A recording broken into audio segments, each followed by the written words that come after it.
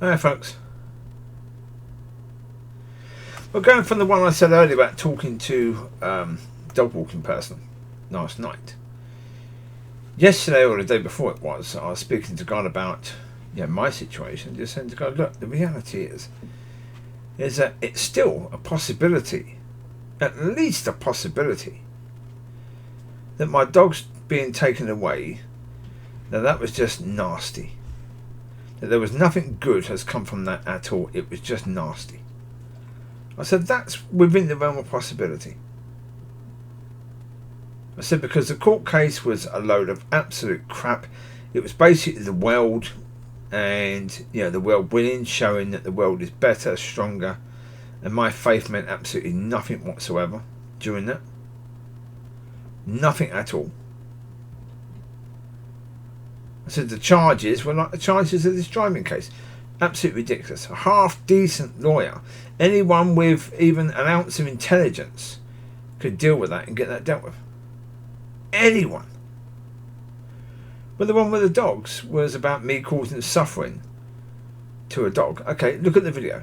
There was no crying, yelping, or whining, or anything. Any indication from the dog itself that there was suffering. Therefore, you cannot say that there was suffering. Now, the next bit was in a charge, but you should have known that there could have been suffering. Okay, well then, any decent lawyer is going to bring the point home in the court and say, well, excuse me, how many of you in court, the sheriff herself, have you ever done anything that you should have known could have caused harm? Okay, then, police officer, would you please arrest the sheriff here, because she's therefore guilty. Because if it's the case that you're not guilty because you've done things in the past that you should have realised could have led to harm, then how can I be guilty by doing something and you saying, oh, I'm guilty because I should have realised that it could have led to harm? Right, but again, the lawyers that I got were so incompetent, so useless, so worthless. And like this case, again, with the car one, it's, the driving without due care. Again, how do they... Okay. Basically what they're saying is that I'm lying, that there wasn't the sun in my eyes and there wasn't water above the visor that started coming into my eyes. Right? Well, that's why I said to the police, please go and look inside the car. If you want to investigate, look inside the car. And they said, no, we don't need to. Right? Me saying look inside the car was about saying look above the visor, you'll still feel it's moist, it's still wet, because it hasn't had time to dry, and because most of the water didn't actually get away from the area, because I put the visor up quickly, it's still going to be wet.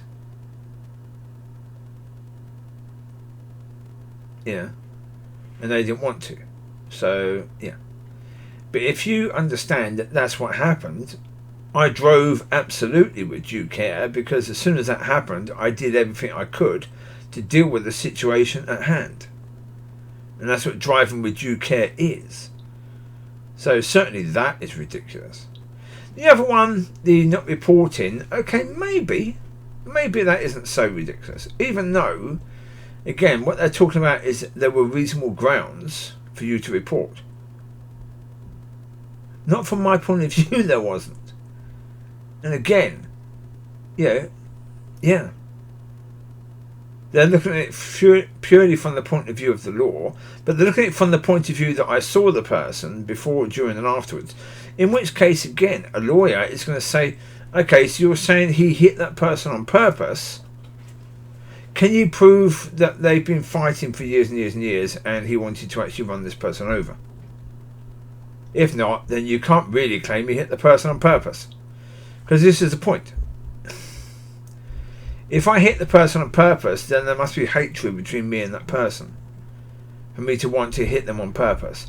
Either that, or they need to show that I'm part of some sort of group who has points from running people over and doing stupid things like that. So, okay. Prove motive. That's the point. Prove motive for me intentionally hitting someone with my car.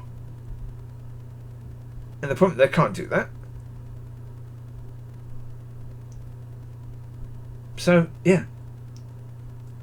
So therefore they have to consider that maybe, what I said happened did actually happen, and therefore if I didn't see anyone there at all, before, during or after, then there wasn't really reasonable grounds for me to report something that I didn't see. If you see it, then yes. If you didn't see it, then no. So, again, I'm saying to God, come on. When I'm hoping that things are going to start moving forwards, then that situation happens in December. I can certainly see why people choose not to believe in you. Because, it's not about whether God makes it difficult or easy. It's about the fact that if someone is looking at my life, they can listen to what I'm saying. Okay, that's one thing. They can look at what they see, and what they see is something completely different. Completely different. And so, I had to say to the boat last night, I can't say that what I believe God is telling me is absolute, because normally with something absolute you'll get something solid. And so at the moment I'm still waiting for the solid.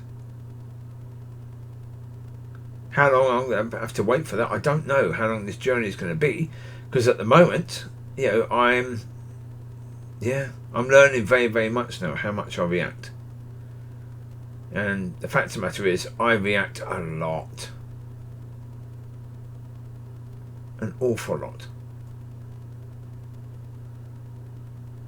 And the problem is, it then means you overreact a lot, because you have the build up. You react a little bit, then something else happens, you react a bit more, then a bit more, then a bit more, then a bit more, then a bit more. So I understand, okay, I'm learning that right now, but jeez, can something happen, something nice, something decent? It's not going to stop me learning. Something. Rather than just a continuation of crap. Yeah.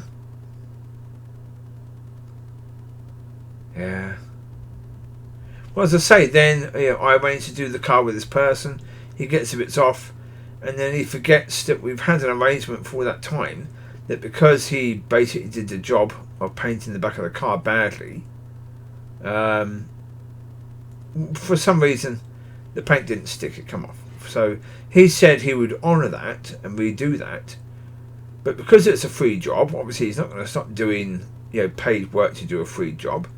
But as soon as there is a job that's going to be paid, he completely forgets that there was that situation.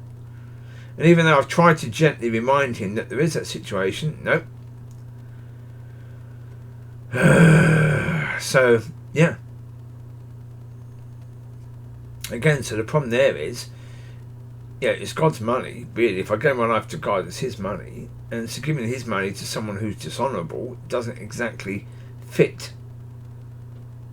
I'd rather that person was honourable. Just as I said to the person himself, even if you reduce the amount by £5 or £10, not a lot.